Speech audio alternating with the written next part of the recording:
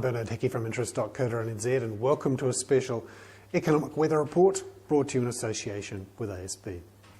Today I'm going to look at the exciting area of bond yields, and in particular the 2 and 5 year bond yield rates in New Zealand. Now this means government bond yields, so it's the debt that the government is going to have to raise over the next 5 years simply to pay for the deficits that we're running.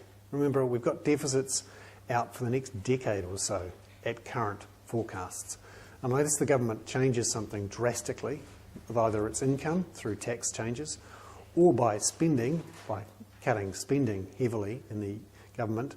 We're not going to see a change to that deficit track.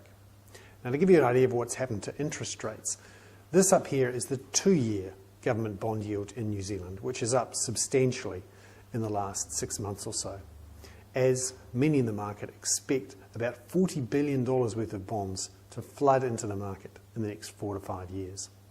Over here you can see a chart for the 5-year government bond yield, and the increase there is even more dramatic, up from under 4% to close to 6%.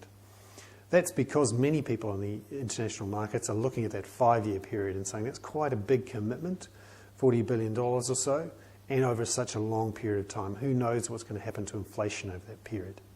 So what we're seeing is that big government deficit track over the next decade and the big borrowing over the next 5 years of $40 billion is increasing interest rates in New Zealand. And the question remains too that a lot of that borrowing will be done offshore, although in New Zealand dollars.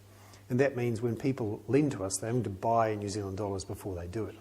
That is going to push up the value of the New Zealand dollar and make life much harder for exporters.